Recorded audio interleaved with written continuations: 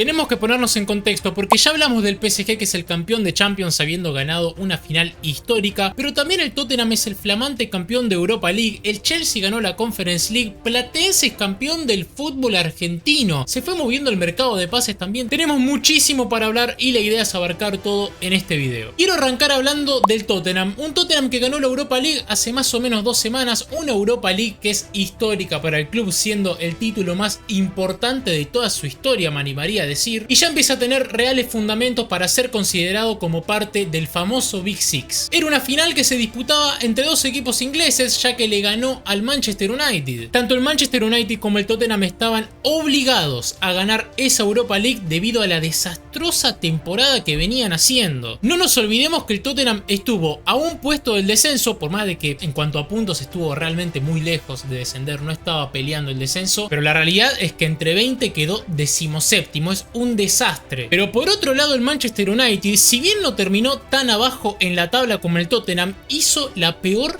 temporada de toda su historia en Premier League. Para que se den una idea, antes de esta temporada, el peor puesto que había tenido el Manchester United en toda su historia de la Premier League fue en la temporada 23-24, hace realmente muy poco, que quedaron octavos. Y en la temporada 21-22, si bien quedaron sextos, fue la temporada donde menos puntos hicieron un total de 58. Bueno, esta temporada el United rompió todos los récords porque hizo tan solo 42 puntos y quedó 15º. Es sin lugar a duda la peor temporada en la historia del Manchester United, al menos en Premier League. No pudieron ni siquiera ganar la Europa League, que incluso eso te da el pase a Champions. Por lo que el hincha del Tottenham está recontra conforme, más allá de haberse quedado 17º, porque no solo ganaron la Europa League, que es un título histórico para el club, sino que la próxima edición de Champions League la van a jugar. Y con el Manchester United yo ya no sé qué se puede hacer. La verdad que es un equipo que va en caída. Dudo mucho que lleguen a pelear el descenso porque la Premier League es tan competitiva. La mayoría de veces los que ascienden terminan descendiendo por una cuestión de que cuesta mucho la adaptación porque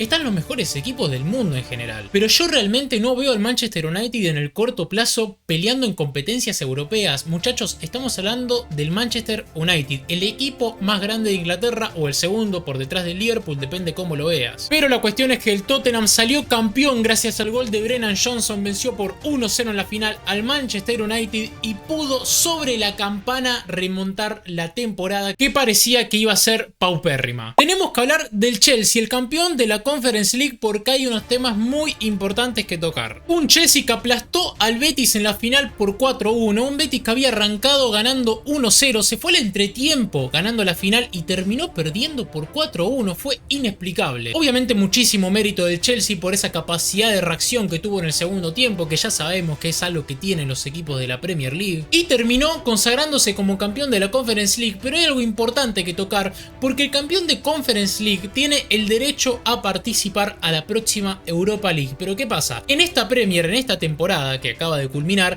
el Chelsea se clasificó a la Champions League. Entonces se preguntarán, ¿qué pasa con ese puesto de Europa League que había ganado el Chelsea? Porque evidentemente no lo va a tomar porque va a jugar la Champions. Bueno, ese puesto de Europa League va a quedar para absolutamente nadie. Uno podría pensar y decir, bueno, como lo ganó un equipo de la Premier y el Chelsea no va a tomar ese puesto, se lo van a dar al siguiente que está sin un cupo internacional. Bueno, no, ese puesto no va a quedar para absolutamente nadie, queda en el aire, se podrá estar más o menos de acuerdo. Yo en lo personal tan de acuerdo no estoy con esa decisión, pero bueno, es así, muchachos. Platense es el flamante campeón del fútbol argentino. Es el primer título que consiguen en primera después de 120 años de historia. Y qué señor título que ganó el Calamar, muchachos, porque en octavos de final elimina a Racing en el Cilindro de Avellaneda, en los cuartos de final elimina a River en el Monumental, en semifinales elimina a San Lorenzo en el nuevo gasómetro y termina consagrándose campeón tras vencer a Huracán en estadio neutro, un Huracán que venía de eliminar a Independiente en Avellaneda.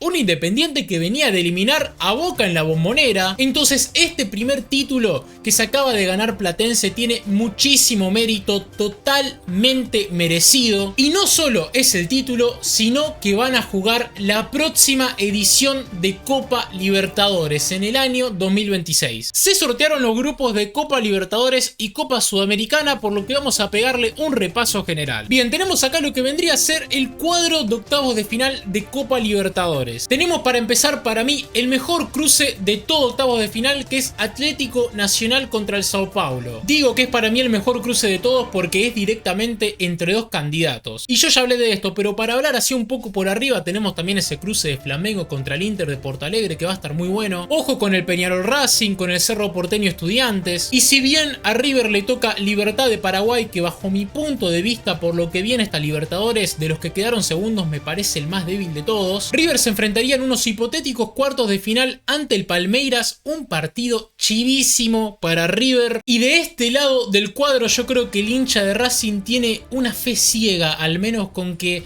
mínimo semifinales puede llegar a meter, pero esto es Libertadores, puede pasar cualquier cosa, pero vamos a estar expectantes porque tenemos tremendos partidos. Y acá tenemos el cuadro de Copa Sudamericana. Lo más llamativo de todo y lo más interesante bajo mi punto de vista es el repechaje entre Bahía y América de Cali, porque puede estar para cualquiera. Recordemos que Bahía viene de lo que para mí fue el grupo de la muerte de la Copa Libertadores, con el Inter de Porto Alegre, con el Nacional de Uruguay y con Atlético Nacional de Colombia. Se va a enfrentar a un América de Cali que también lo veo bastante bien, en donde está mi debilidad futbolística, Juanfer Quintero, y el ganador de ese partido se va a enfrentar a Fluminense, que es uno de los candidatos para ganar esta copa. Entonces esa llave va a estar tremenda. Lo tenemos Independiente ahí también como un candidato, pienso yo. Huracán, que es el finalista del fútbol argentino, está también ahí metido. Y mucho ojo con Godoy Cruz. Yo tengo una fe ciega que me dice que Godoy Cruz va a sorprender. No digo hasta dónde va a llegar, pero siento que va a sorprender. Lo tenemos también en el repechaje a Central Córdoba, que recordemos que estuvo muy cerca de pasar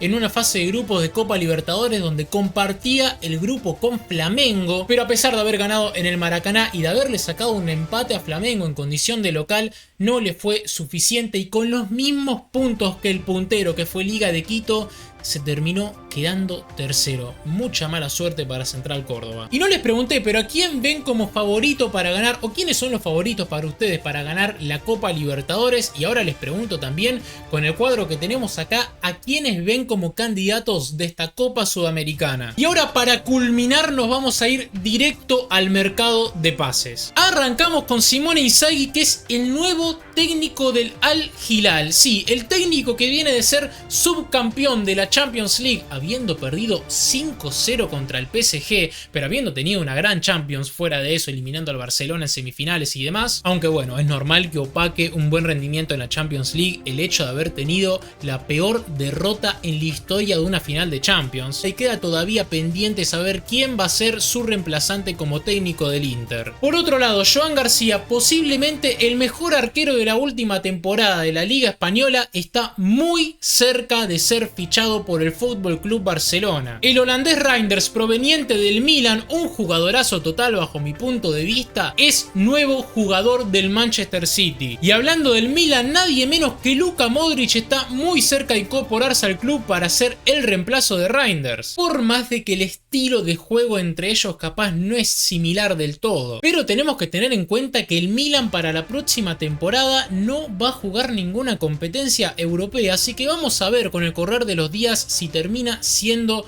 un simple rumor que queda en el aire o termina confirmándose esta llegada de Luka Modric. Álvaro Montoro, una de las joyitas que tenía el fútbol argentino, que era jugador de Vélez, es nuevo refuerzo del Botafogo. Los rumores son cada vez más fuertes de que Mastantuono va a ser nuevo jugador del PSG por 45 millones de euros, que es lo que vale su cláusula. Sin duda es una joya que tiene River, que tiene muchísimo futuro, que ya está citado para la selección selección argentina y sería indudablemente una venta histórica si se llega a ir del club por 45 millones de euros, y qué mejor que irse al flamante campeón de la Champions League, o en su defecto, que es menos probable que pase, pero al mejor equipo del mundo. Mbeumo por su parte ya casi el nuevo refuerzo del Manchester United, cosa que se va a confirmar en los próximos días. También se está corriendo el fuerte rumor de que Wirtz puede ser nuevo jugador del Liverpool por un total de 130 millones de euros. Y el último rumor que se está corriendo de este mercado de pases es que Maignan puede ser que en los próximos días